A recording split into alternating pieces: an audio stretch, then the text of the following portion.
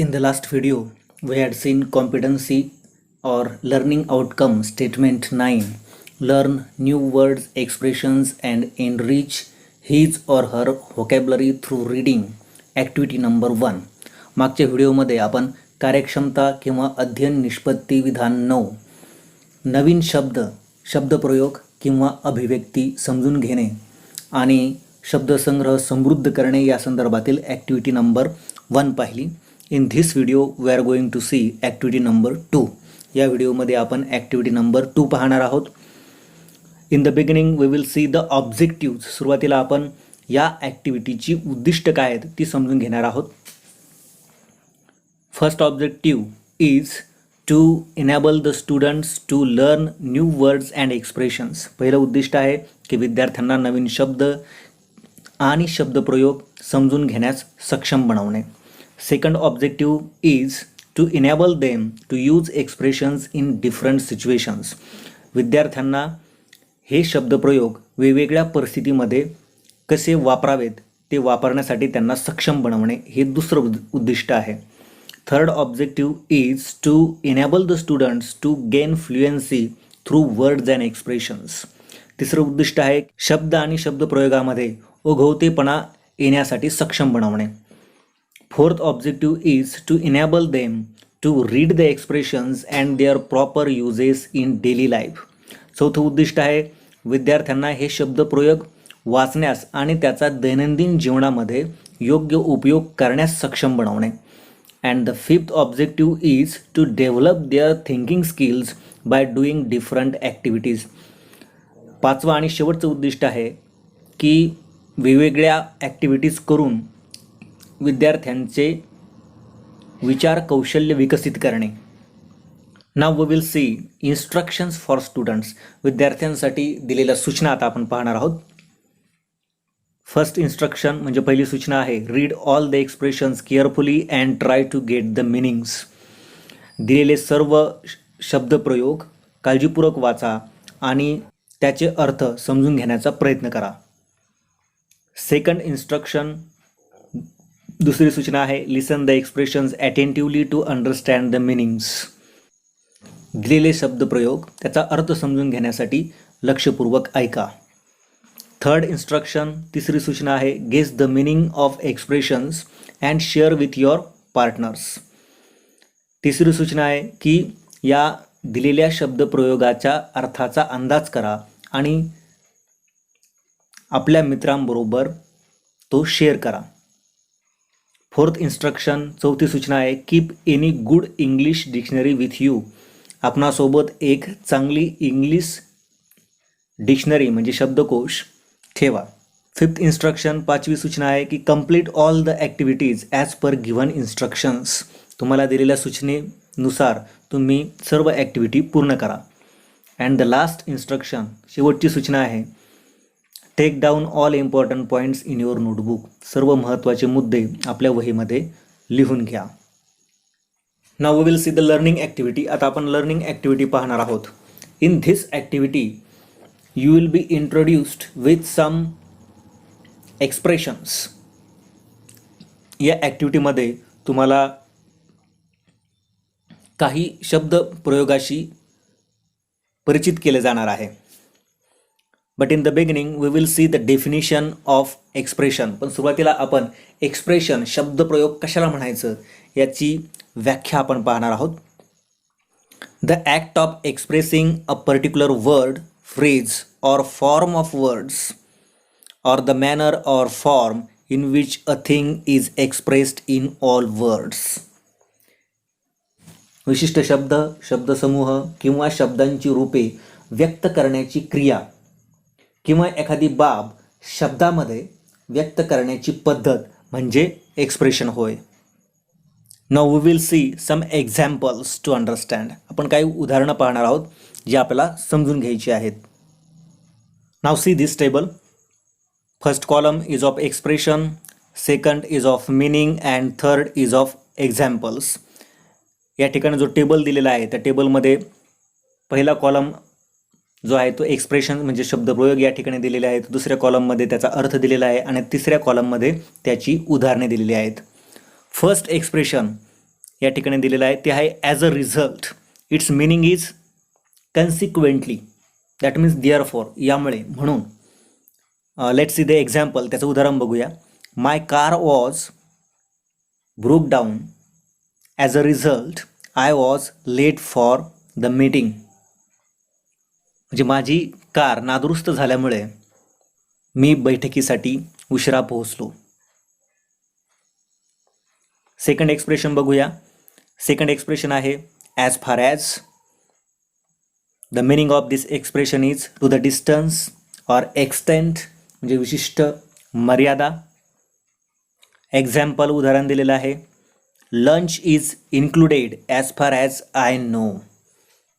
मग मर्यादा कशा संदर्भात, तर as far as I know, माझ्या माहितीनुसार आजच्या नियोजनामध्ये लंचचा देखील समावेश करण्यात आला आहे.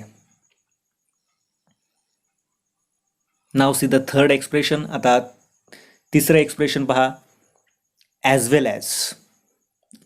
The meaning is to or in addition to, म्हणजेच सुद्धा. सी द एक्झाम्पल, उदाहरण पहा, I was surprising that my parents were invited as well as all relatives. मला आश्चर्य वाटत होतं की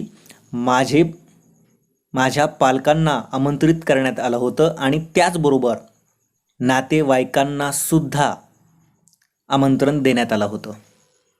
नाव सी द नेक्स्ट एक्सप्रेशन. पुढील एक्सप्रेशन पहा, कांट हेल्प. ते आहे can't help. The meaning is be unable to stop doing something, म्हणजे एखादी गोष्ट थांबवणे अशक्य असणे, म्हणजे काही इलाज नसणे. C the example, I can't help lazy and laughing people every time. प्रत्येक वेळी आळशी आणि हसणाऱ्या व्यक्तीला मी थांबवू शकत नाही, माझा काही इलाज चालत नाही. Next expression, can't wait. पुढील एक्सप्रेशन आहे can't wait. The meaning is be very eager or excited about doing something. एखादी गोष्ट करण्यासाठी खूप उत्सुक असणे, उत्तेजित असणे. सी द एक्झाम्पल, उदाहरण पहा, we can't wait to go to Disneyland next Sunday. पुढील रविवारी डिस्नीलँडला जाण्याची उत्सुकता आम्ही थांबवू शकत नाही, कारण आम्ही खूप उत्सुक आहोत. याचा अर्थ पुढील रविवारी डिस्नीलँडला जाण्यासाठी आम्ही खूप उत्सुक आहोत. See the next expression, just a minute. पुढले एक्सप्रेशन आहे just a minute. The meaning, अर्थ आहे in a short amount of time, म्हणजे अगदी काही वेळा. I will be ready to leave in just a minute. मी जाण्यासाठी काही वेळातच तयार होईल. Now see the last expression. आता शेवटचं एक्सप्रेशन पहा, इट इज जस्ट नाव. ते आहे just now. The meaning is a very short time ago. We can say only a moment ago, आत्ता. The example is I heard this news just now. ही बातमी मी आत्ताच ऐकली. Now we will see the activities given below. या खाली दिलेल्या activities आता आपण पाहणार आहोत. ॲक्टिव्हिटी 1 आहे, use the proper expression from the table and complete the following sentences. आपण आत्ता जो टेबल पाहिला त्या टेबलमधील एक्सप्रेशनचा वापर करून खालील वाक्य आपणास पूर्ण करायचे आहेत. सेंटेन्स 1 या ठिकाणी आहे, I am coming there dash please wait for me. Second sentence आहे, my teacher guides me dash motivates me to participate in elocution competition. Third sentence, I dash you due to not supporting others in their needy times. 4 sentence 4 आहे, he could not study on right way dash he failed in that exam. See the first sentence, I am coming there dash please wait for me. आता या ठिकाणी जे expression आपणास वापरायचं आहे, म्हणजेच वाक्याला अर्थपूर्ण बनवणारं एक्सप्रेशन जे आहे ते असणार आहे Just now. I am coming there just now. Please wait for me. Sentence 2. My teacher guides me dash motivates me to participate in elocution competition. या ठिकाणी दोन क्रिया दिलेल्या आहेत. Guides me and motivates me. म्हणजे या दोन्ही क्रिया या ठिकाणी केल्या जात आहेत. म्हणजेच या ठिकाणी जे एक्सप्रेशन आपल्याला वापरायचे आहे ते आपणास वापरावं लागणार आहे. As well as my teacher guides me as well as motivates me to participate in elocution competition. In the same way, you complete the following two sentences by guessing the meaning of the sentence. याच पद्धतीने पुढील दोन वाक्य तुम्ही पूर्ण करा. वाक्याचा अंदाज घ्या म्हणजे तुम्हाला ती वाक्य पूर्ण करता येतील. Now we will see solved activity or demo section. आता आपण solved activity आणि demo section पाहणार आहोत. And one activity will be solved for you. तुमच्यासाठी एक ॲक्टिव्हिटी या ठिकाणी सोडून देण्यात येईल. ॲक्टिव्हिटी आहे complete the sentence by using proper expression. Activity देण्यात आली आहे की खाली दिलेले वाक्य तुम्ही योग्य एक्सप्रेशनचा वापर करून पूर्ण करा. फर्स्ट सेंटेन्स आहे they dash up to next month. आता या वाक्यामध्ये कोणतं एक्सप्रेशन वापरायचं तर या वाक्यात आपल्या असं लक्षात येईल की या वाक्यामध्ये क्रियापद नाही आहे आणि क्रियापद असणारे एक्सप्रेशन्स दोनच आहेत. कांट हेल्प और कांट वेट. आता या दोन्ही एक्सप्रेशनमध्ये कांट वेट या एक्सप्रेशन नंतर आपल्याला पुढे कालावधी दिलेला असतो. म्हणून या ठिकाणी जे एक्सप्रेशन वापरायचं ते असणार आहे can't wait. They can't wait up to next month. याचाच अर्थ they are very eager or excited about something up to the next month. Second sentence दुसरं वाक्य पहा. He left this hall dash. शेवटी वापरता येईल असं एक्सप्रेशन कोणतं आहे याचा या ठिकाणी विचार करावा लागेल जेणेकरून हे वाक्य अर्थपूर्ण होईल. आणि असं एक्सप्रेशन या ठिकाणी टेबलमध्ये शेवटी दिलेलं आहे ते आहे जस्ट नाव. म्हणून या ठिकाणी आपल्याला त्याचा वापर करायचा आहे. ही लेफ्ट धिस हॉल जस्ट नाव. त्याने हा हॉल आत्ताच सोडला. These expressions make these sentences meaningful. हे जे काही शब्दप्रयोग आपण वापरले ते या वाक्यांना अर्थपूर्ण बनवतात. Now we will see practice section. आता आपण practice section पाहणार आहोत.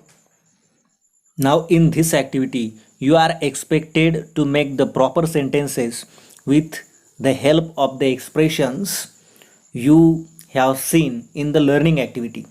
लर्निंग ॲक्टिव्हिटीमध्ये तुम्ही जे एक्सप्रेशन्स पाहिले आहेत त्या एक्सप्रेशनचा योग्य वापर करून तुम्हाला खालील वाक्य पूर्ण करायचे आहेत. First sentence as a result म्हणजे ॲज अ रिझल्ट या एक्सप्रेशनचा वापर करून तुम्हाला एक अर्थपूर्ण वाक्य बनवायचं आहे. सेकंड ॲज वेल ॲज म्हणजे ॲज वेल ॲजचा वापर करून या ठिकाणी तुम्हाला एक अर्थपूर्ण वाक्य बनवायचं आहे. Third can't wait. Can't wait या एक्सप्रेशनचा वापर करून तुम्हाला या ठिकाणी एक वाक्य बनवायचं आहे. And fourth is just a minute. Just a minute या एक्सप्रेशनचा वापर करून या ठिकाणी एक वाक्य तुम्हाला तयार करायचं आहे. You write this activity in your notebook. आणि ही ॲक्टिव्हिटी तुम्ही आपल्या वहीमध्ये लिहा.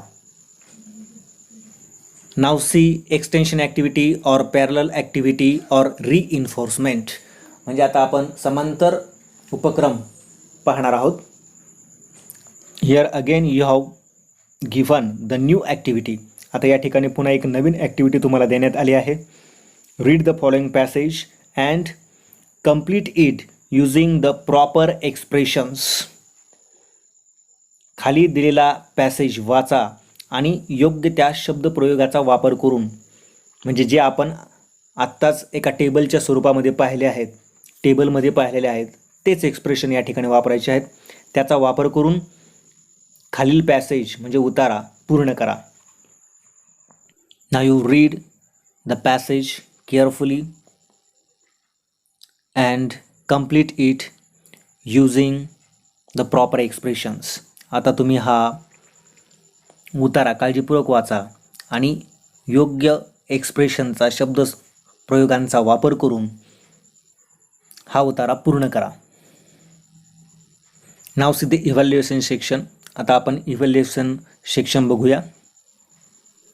Your evaluation will depend on how confident you are in making sentences with different expressions from the table, how you use the vocabulary from the dictionary, and how to handle the dictionary. तुमचं मूल्यमापन हे तुम्ही कशा पद्धतीने आत्मविश्वासाने या शब्दसमूहाचा वापर करून नवीन वाक्य तयार करत आहात किंवा कशा पद्धतीने तुम्ही डिक्शनरीमधील शब्दांचा उपयोग करून घेत आहात किंवा डिक्शनरी हाताळत आहात यावरती अवलंबून असणार आहे. Bye doing this activity you will learn the 4 things. He activity पूर्ण करून तुम्ही 4 गोष्टी शिकणार आहात.